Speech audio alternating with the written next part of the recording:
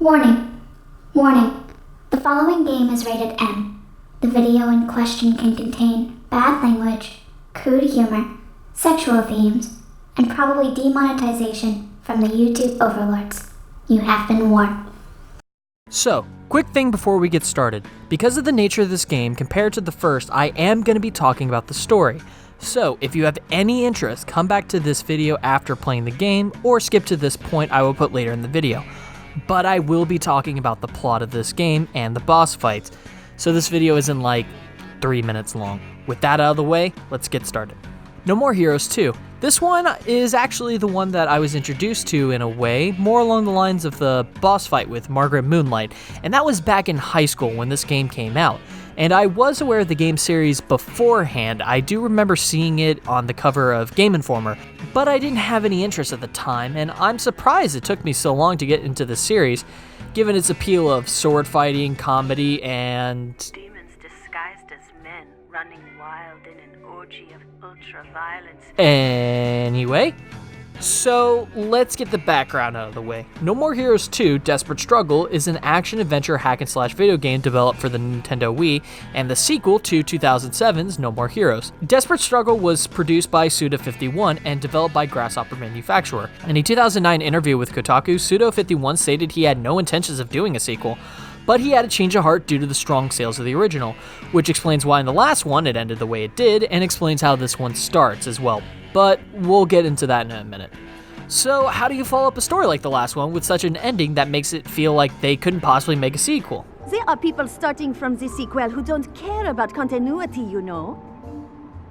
Besides, it would take forever if I recapped every detail of your fall from greatness. Players would skip it. It's so boring. Alright, if this game doesn't care... Like I said, I'll be talking about the story, so skip to the timestamp. With that out of the way, let's get into another Moe adventure with No More Heroes 2. So the game this time takes place 3 years after the last game, and it still follows the otaku, Travis. And the game is told through flashbacks by Sylvia Christel, though I don't know if she's in a mental ward or a peep show. I don't think the game gives us a real answer, but given the nature of this game, it's probably the latter. So as Sylvia tells us, Travis became the #1 assassin and then walked away from his title. He comes back to Sand and Destroy and fights Cloud Strife, and fights Skelter Helter, who is seeking revenge on him, killing his brother Helter Skelter, which was this dude. Travis then decapitates him, but it lands perfectly back on his head and he's able to spout exposition. What are you gonna do, bleed on me? I'm invincible!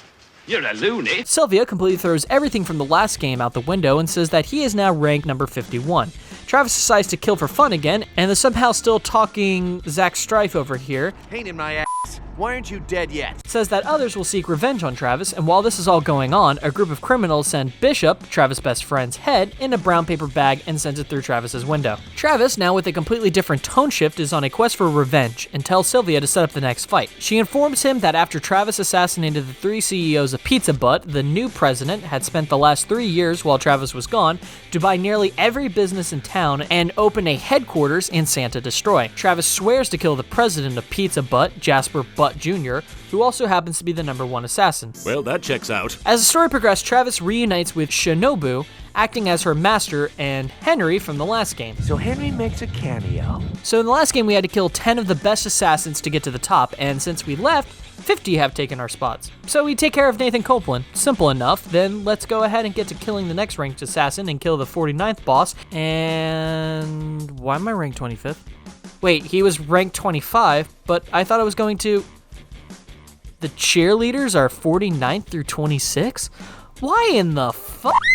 So No More Heroes, while definitely a bigger game, does jump around in the ranking system a lot. Okay, so fine, I get it. 50 boss fights would be a lot to get through. 25 seems a little bit better. I can manage that. So our next fight is Matt Helms, who President Sylvia tells us his backstory, and I'm just gonna say now, is not the best way to get me invested in the bosses. In the last game, the bosses talked and boasted themselves in a way, letting me get more invested and let their personalities shine through.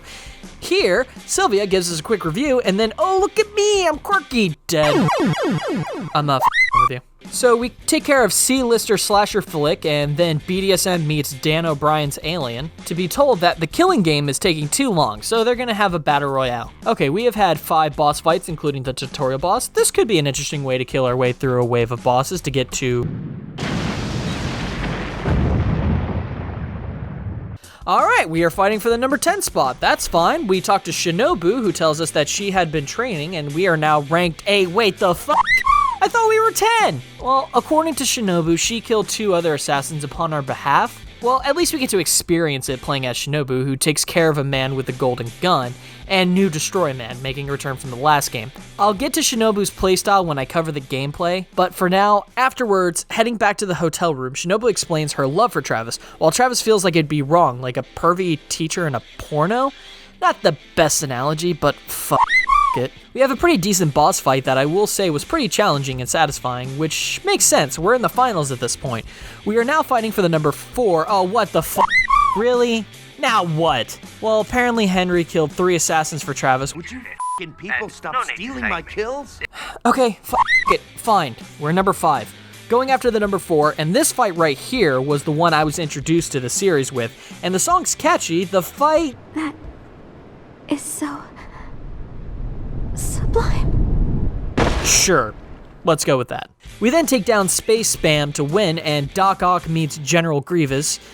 Travis wonders what is he fighting for, then heads to the motel to satisfy his lust for Sylvia.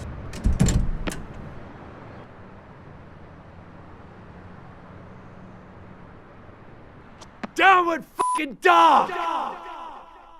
And we finally confront Jasper Butt Jr., which, to be honest, I wasn't invested with the story as much as the last one, and this moment, I never wanted to kill a boss so bad. He shows us 3 of Travis's friends' head on a platter, and at that point, I was anxious to kill the boss. You are driven to fight the boss, and his goofy flying car, what the fuck? Man, you can't even give me a serious fight. Whatever, I'm too pissed off to care at this point. Let's just kill the boss and Henry? Oh, so apparently those heads were fake and we have 2 other forms for butt head here? Well, my bonus gone. Yeah, talk about a mood killer, which we take care of a frustrating boss fight against Butt Jr., and then a goofy inflatable whatever, he's dead and we drive off with Sylvia on our motorcycle. Sylvia in present time asks who she's been talking to this whole time and reveals that it's Travis, telling her that he's taking her home, ending No More Heroes 2. Holy that was such a bullshit story. It's such a shame because the last game's story was really good, but this one had its moments. However, the overall story felt like it took a backseat to fix up the gameplay, which, to be fair, definitely needed to be fixed from the last game. They really stepped up. First, you can play with the Wii Remote or you can play with the classic controller. I played a little with the Wii Remote, but I wanted to try playing with the controller this time. Travis attacks like he did in the last game and has his roulette, which he has some new power-ups. He can't go Dark Travis anymore, but he can turn into a tiger and maul everyone for a short period of time. He can also do an AoE spin attack that kills everyone in his radius. Now you can also activate his killing moves on a whim if you keep your combos up or you don't get hit, and you can activate it by pressing the minus button and rain havoc, and this also works on the bosses, which can make really short work on most of them. Let's get this out of the way. You can play as 2 other characters during the story, like I said before, Shinobu and Henry. Shinobu has some platforming sections, and her jump is not that great. It can actually be a little frustrating with the boss fights as well, but in a more tedious sense. She also has a ranged projectile, which I didn't find all that useful, except where you had to disable the laser grid. Other than that, her attacks are similar to Travis, which I guess she mimics him because she keeps saying, Moe.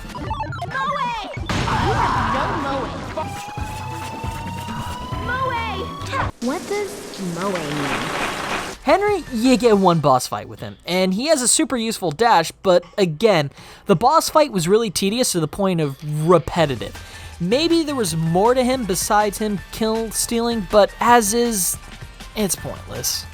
Pigs came out nice, though. Minigames this time are way better, and by that I mean the odd jobs that are done in these retro styles. and most of them are pretty fun. One that comes back is the scorpion collecting, which is not as horrible as last time, but it's still pretty bad. However, according to Pseudo51, this was intentional, regaling stories of how they had to do odd and annoying jobs before they became programmers, and that hardship will lead to better things. Well, he got the annoying part right, but hey, it's optional and not mandatory at all. Speaking of, the paywall was taken out along with the hub world, which I wholeheartedly thank. So then, what do we need to spend money on this time? Well, Swing, swing. Naomi is selling only 2 beam katanas this time. You need to feed and exercise Jean to help her lose weight, and then you get a really good move when you help her lose weight. I don't know how causation equals to correlation, but whatever. Clothing makes a comeback, and working out, let me just say, the workout. The minigames in this are bullshit. It's bad enough that I spent the money to increase my stamina, my health, but if I up, I don't get it? No, it. I got 1 upgrade each and told that guy to kiss my ass. Sorry. So, that covers No More Heroes 2, and it's still a fun time, and I would recommend it for your Wii's library, but don't take the story seriously, and just enjoy the moment by moment, and you'll enjoy it just fine. So, that Kingdom Hearts DLC is coming soon, and we still have 4 more games before I get to Kingdom Hearts 3, so let's go ahead and get to the next game in the lineup, Kingdom Hearts Birth by Sleep. Once again, thank you so much for watching, and I hope to see you again soon.